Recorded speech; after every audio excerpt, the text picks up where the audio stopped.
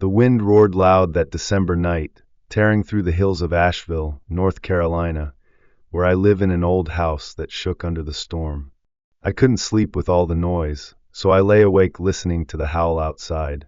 Then a sharp crack split the darkness, loud and final, like the ground broke apart. I got out of bed and stumbled outside, pulling on my boots as they sank into the frosty mud. Lightning flashed, and I saw it. The horse barn up on the hill stood broken, its roof caved in, timbers snapped, and walls I'd fixed so many times now crumbled under the storm's power. That barn wasn't just a building to me. It held 30 years of my hard work, filled with hay bales and tools worn smooth by my hands, a place where my family fought to rebuild after the war took everything. I grew up near that barn with my 3 siblings after our dad died in 1945, leaving Mom with little money and a pile of bills. She turned the hill into our way out and bought horses with her last savings. She taught us how to raise them and sell them to keep going. My sister Ruth, my brothers Tommy and Eddie, and I worked the stalls and trained the colts. Those horses pulled us through tough days. Now, as I stared at the wreckage, I remembered Mom's words. She said, "Hold the hill, Walt. It's ours." But time had pulled us apart. Ruth moved to Raleigh, Tommy passed from cancer, and Eddie left to chase money in some big city. I stayed behind, the last one watching over Mom's land. The storm calmed by morning, leaving a mess I couldn't ignore. I dragged a tarp up the hill, my knees stiff, planning to patch the barn before my grandkids came for Christmas. I wanted to keep Mom's hill alive for them, a piece of her strength they could see. Then my phone rang, and Eddie's name popped up. He said, "Walt, I heard the barn's down. It's a good time to sell that land. I found a developer who'll pay big money for resorts. Think about it." I gripped the phone tight and clenched my jaw. I replied, "So? That's Mom's hill. You don't trade her for cash." Eddie laughed, his voice cold. He said, "Mom's dead, Walt. The land's just dirt now. I'm sending an appraiser. The deal's moving." He hung up, and I stood there, anger boiling in my chest. I kicked a broken board, the barn's ruin stinging me. Eddie had run off at 18, always borrowing money and disappearing, only coming back when he needed more. Now he had cash from some tech job and thought he could sell our roots. I knew this wasn't just about the storm. It was a fight brewing. Mom's hill was my stand, and I'd fix it, face him, and bury his money in the dirt he'd turned his back on. The barn's broken shape towered over me that gray Asheville morning, a pile of wood and memories I couldn't let go.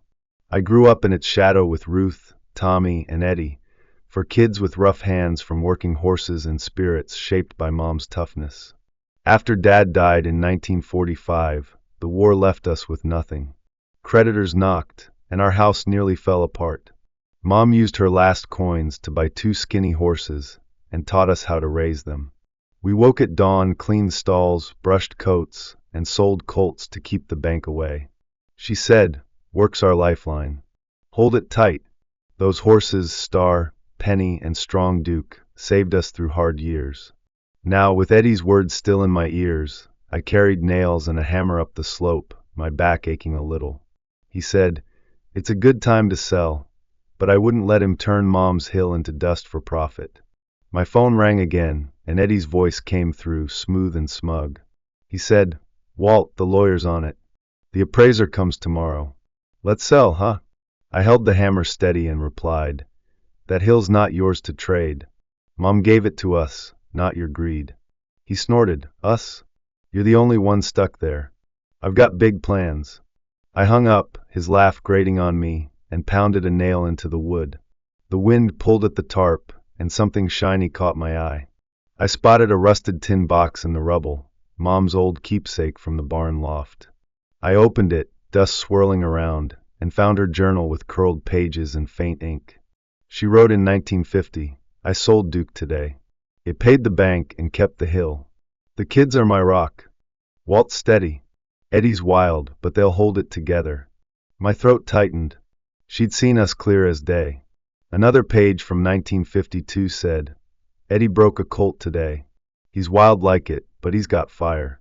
I hope they keep this land. It's our soul." I sat on a broken beam, her words heavy in my hands. Eddie's betrayal cut deeper against them.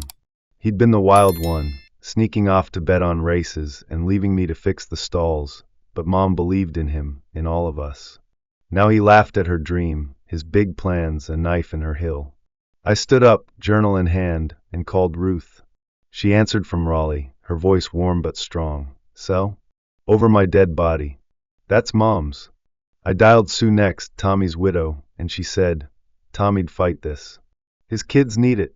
Eddie wasn't just against me, he was against us all. I'd bring them together. The storm had smashed more than wood. It showed his heart, and I'd meet it with ours until he faced her strength in every piece of that barn. The Asheville dawn broke cold, and sharp the day Eddie's appraiser was due, the hill standing tall against a gray sky. I didn't face it alone. My sister Ruth drove in from Raleigh, and she said over the phone, "He's not selling Mom's land." "I'm coming." Sue, my brother Tommy's widow, pulled up from town with a fierce look in her eyes. She asked, "Would Tommy want this fight?" "Eddie's family, Walt. Can we fix him?" I replied, "It's her hill. We hold it." My cousins called too, unsure but loyal. I told them, "We stand together." By noon, we filled my kitchen with steaming coffee and Mom's journal open like a flag, its words fueling us against Eddie's plan. Eddie walked in bold, followed by a slick lawyer with a crisp tie and a shiny briefcase. He grinned wide and said, "Walt, let's finish this. The developer offers 6 figures. Sign it and cash out." I stood up and answered, "Cash out? That's Mom's blood. You don't sell her soul." Ruth crossed her arms and snapped, "She'd curse you from above. Those horses fed us." Sue hesitated. "Tommy'd fight, but Eddie, your kin. Why do this?" Eddie laughed cold and loud. He said, "Kin? You're stuck in 1950. I'm drowning in debt, real debt. Casinos own me. This land's my way out." The lawyer slid papers across the table and said, "The title splits 4 ways. Edward's share is legal.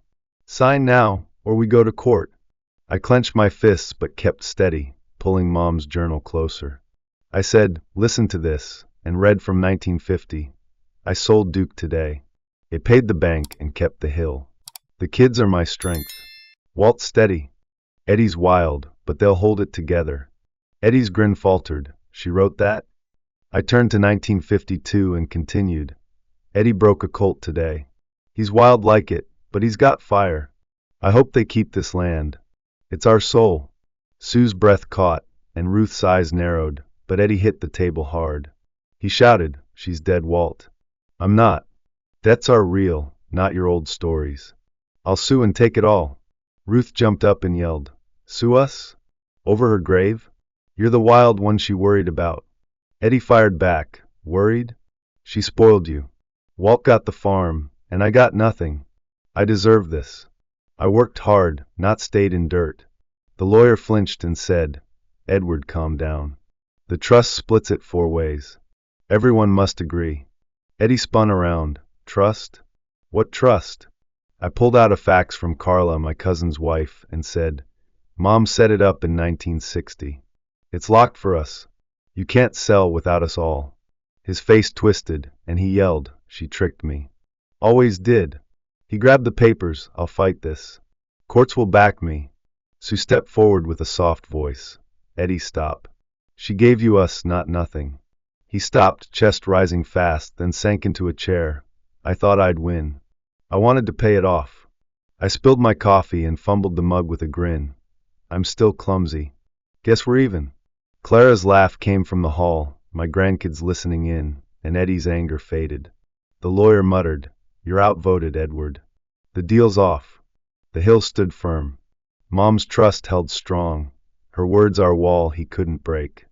The Asheville frost melted slow after Eddie's fight broke, the hill standing steady under a sky turning blue. He didn't run off. He stayed quiet as Ruth, Sue, and I hauled wood to the barn's ruins. Christmas was close, and my grandkids, Sam, Clara, and little Ben, rolled in, grabbing tools with chatter lighting up the cold. Eddie watched for a bit, hands empty, then picked up a saw and cut slow. He said, "I left at 18. I thought Mom picked you over me, Walt. The hill felt like a trap. I handed him a nail and replied, "She saw your fire. She wanted you here, not gone." He hammered it in. I chased cash. I lost it all. We rebuilt together. Ruth gave orders, Sue sanded beams, Eddie worked beside me, and the barn grew strong with days of sweat. Paul, Ruth's son, called from Atlanta. "Keep it, Uncle." Mom would insist. Jenny, Sue's daughter, said on the phone. Tommy would ride there still. "Teach my kids." Clara climbed a beam and shouted, "Like Grandpa's horses."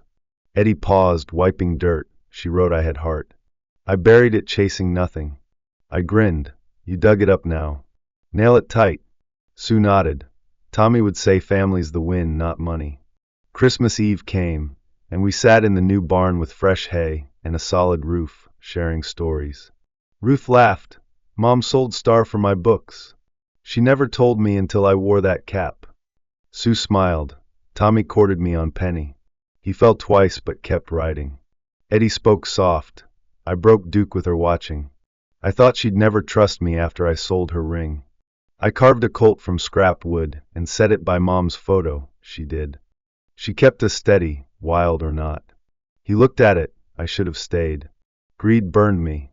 The hill shone under starlight, the barn a sign of her toughness. Debt still followed Eddie with creditors calling, but he faced them, head high, as we rebuilt more than walls. Ruth grabbed his arm. Mom would say tough's in the roots. I saw it now, 1955, Eddie a boy crying when Duke sold, Mom whispering, "You're my fire.